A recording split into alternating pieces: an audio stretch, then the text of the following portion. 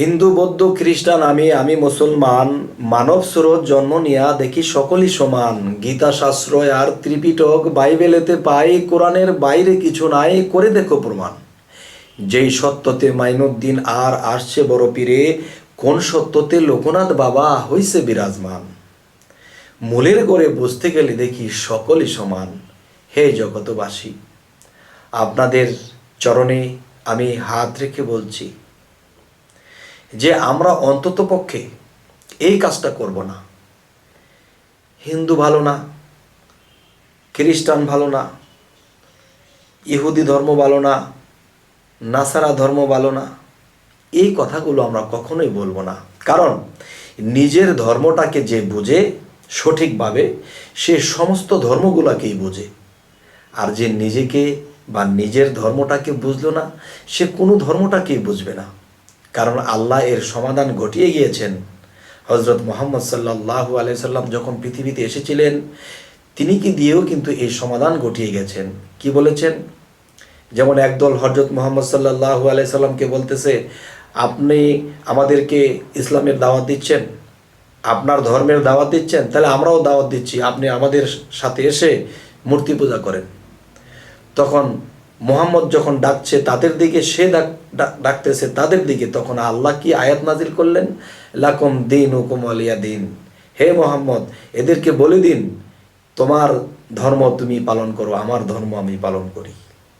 তাহলে এই পৃথিবীতে যতগুলো ধর্ম আছে, সকল ধর্মের মধ্যে থেকে ধর্ম কিন্তু যার তার, আল্লাহ কিন্তু সবার। এই কথাটা আমি অন্য ভিডিওতেও বলেছি বারবার, কিন্তু দেখা যায় এই ভেজালগুলি হয়ে যায় পৃথিবীতে। কেন? না বোঝার কারণে। হে জগতবাসী, যে হিন্দু বৌদ্ধ খ্রিস্টান আমি মুসলমান, মানব স্রোত জন্ম নিয়ে দেখি সকলই সমান। কিন্তু বিভিন্ন ধর্মের মধ্যে মানুষ থেকে বিভিন্নভাবে চলে, বিভিন্ন রকম ইবাদত করে, কিন্তু যেভাবেই করুক এক আল্লাহকেই করতেছে। আল্লাহ এক জায়গায় গিয়ে ভগবান নাম ধরেছেন, আরেক জায়গায় ঈশ্বর নাম ধরেছেন, আরেক জায়গায় আল্লাহ নাম ধরেছেন। তাহলে বিভিন্ন ধর্ম, যার তার ধর্ম, কিন্তু আল্লাহ কিন্তু এক। এই কথাটা যদি আমরা বুঝি, তবে কিন্তু আর নাই কোনো প্যাচ। হে জগতবাসী, তো আজকের মূলে যে আলোচনাটি, যে যেমন আমরা শত শত লক্ষ লক্ষ নবী রাসূলরা এসেছে, সেখানে যে আমরা পারবো না। কমপক্ষে 4 জন নবীর দিকে আমাদের লক্ষ্য করতে হবে, এবং 4 জন নবীর কথা কালিমায়ে ইমানে মুফাসসালের মাধ্যমে এসে গেছে, যে আমরা 4টি কিতাবের উপর ঈমান আনিলাম। এই 4টি কিতাব কার কার মাধ্যমে এসেছে? হযরত মুহাম্মদ সাল্লাল্লাহু আলাইহি সাল্লামের কাছে কোরআন, হযরত ঈসা আলাইহিস সালামের কাছে ইনজিল শরীফ, হযরত মুসা আলাইহিস সালামের কাছে তাওরাত শরীফ, দাউদ আলাইহিস সালামের কাছে জবুর শরীফ। তাহলে এই 4টা কিতাব শ্রেষ্ঠ, তাহলে 4 জন নবীও শ্রেষ্ঠ। তাহলে 4 জন নবী যদি শ্রেষ্ঠ হয়, তাহলে 4 জন নবীর ধর্ম কেন শ্রেষ্ঠ হবে না? হযরত মুহাম্মদ সাল্লাল্লাহু আলাইহি সাল্লামের রেখে গেলেন ইসলাম ধর্ম, হযরত ঈসা আলাইহিস সালাম রেখে গেলেন খ্রিস্টান ধর্ম, হযরত মুসা আলাইহিস সালাম রেখে গেলেন ইহুদি ধর্ম, হযরত দাউদ আলাইহিস সালাম রেখে গেলেন নাসারা ধর্ম। তাহলে 4 জন নবী শ্রেষ্ঠ, 4টা কিতাব শ্রেষ্ঠ। ইমানে মুফাসসালের মধ্যে আমরা পড়তেছি, এবং ইমানে মুফাসসাল কিন্তু 4 কিতাবের, ইমানে মুফাসসালের মধ্যে কিন্তু 4টি কিতাবের কথা বলা হয়েছে, 4 জন নবীর কথা বলা হয়েছে, যে 4টি কিতাবের উপর ঈমান আনিলাম, রাসূলগণের উপর ঈমান আনিলাম, কিন্তু তাদের ধর্ম 4টি। তাহলে কিতাব শ্রেষ্ঠ, নবী শ্রেষ্ঠ, তাদের ধর্মগুলা কেন শ্রেষ্ঠ হবে না? কেননা আমরা বলে থাকি এরা কাফের, এরা বিধর্মী। বিধর্মী শব্দের অর্থ কি? যার কোনো ধর্ম নেই। কিন্তু ইহুদি ধর্ম তার তো আছে, নাসারা ধর্ম তো আছে, খ্রিস্টান ধর্ম তো আছে। তবে বিধর্মী যার কোনো ধর্ম নেই, কিন্তু তাদের তো ধর্ম আছে। যাই হোক, এখন যে কথাটি, সেটি হলো যে আমরা কিন্তু যেই দ্বিধাদ্বন্দ্ব করি, যে হিন্দুদেরকে আমরা অন্য চোখে দেখি না। বাবা, কেন হিন্দুদেরকে অন্য চোখে দেখব? কেন? আমাদের সত্যের বাণী তাদের কাছে বলবো, তাদের সত্য বাণী থাকলে আমরা শুনব, এতে কোনো দোষ নেই। আচ্ছা, তো এখন যে কথাটি আমি বলতে চাচ্ছি সেই কথাটি হলো যে খ্রিস্টান ধর্ম আমাদেরকে কি বোঝাতে চায় তা আমরা লক্ষ্য করব, হিন্দু ধর্ম আমাদেরকে কি বোঝাতে চায় তা আমরা লক্ষ্য করব, নাসারা ধর্ম, ইহুদি ধর্ম আমরা শুনব এবং লক্ষ্য করব, এবং আমাদের মুসলমান শাস্ত্রে মুসলমান ধর্ম আমাদেরকে কি বোঝাতে চায় সেটাও শুনব। তখন কি হবে? দেখা গেছে একটা মৌমাছির চাক, এই মৌমাছির চাকটা এটা কিন্তু একটা ফুলের গাছের ফুলের মধু থেকে হয়নি। বিভিন্ন মৌমাছিরা বিভিন্ন ফুলের মধ্যে বসে সেই মধু আহরণ করে আনে, আনার পরে কি হলো, একটা চাক বাঁধে, চাক বাঁধার পরে এখানে মধু জমা করে।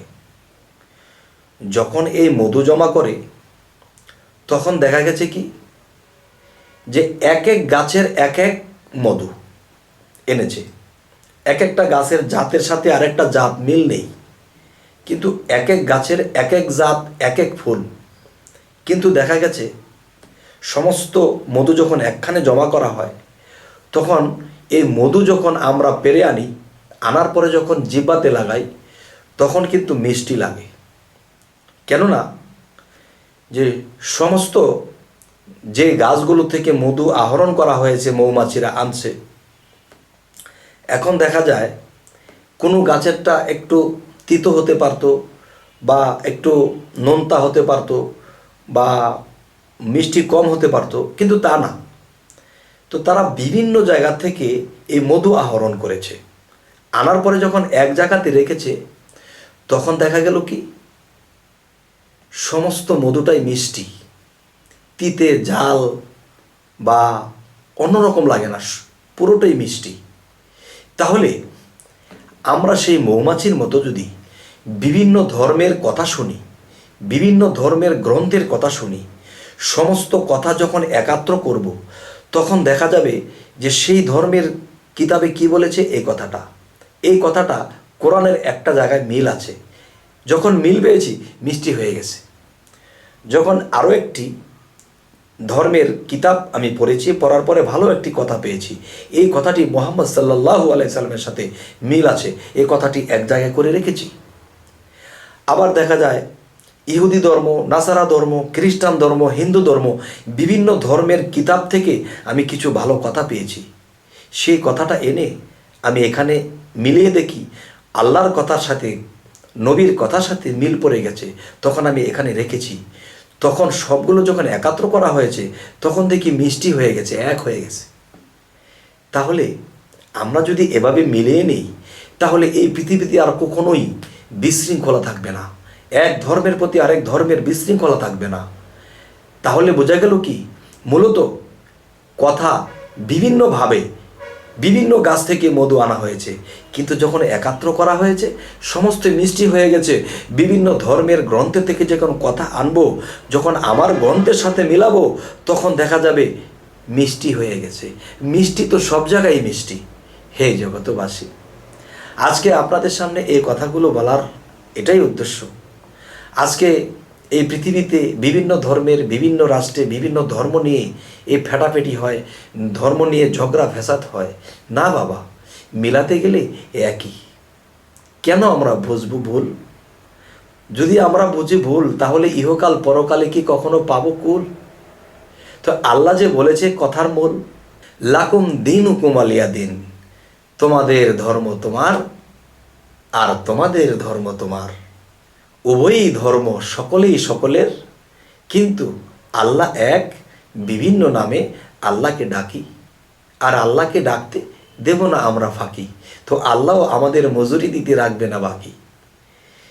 এখন আমি কিছু কথা বলতাম, তো পরের পর্বে বলবো, এখন আমি রাখি। হে জগতবাসী, তো আমাদের এই চ্যানেলের কথাবার্তা যদি আপনাদের ভালো লাগে তো অবশ্যই আগামী ভিডিওগুলো পেতে সাবস্ক্রাইব করে রাখুন, পেয়ে যাবেন। তো সকলেই ভালো থাকবেন। আল্লাহ হাফিজ।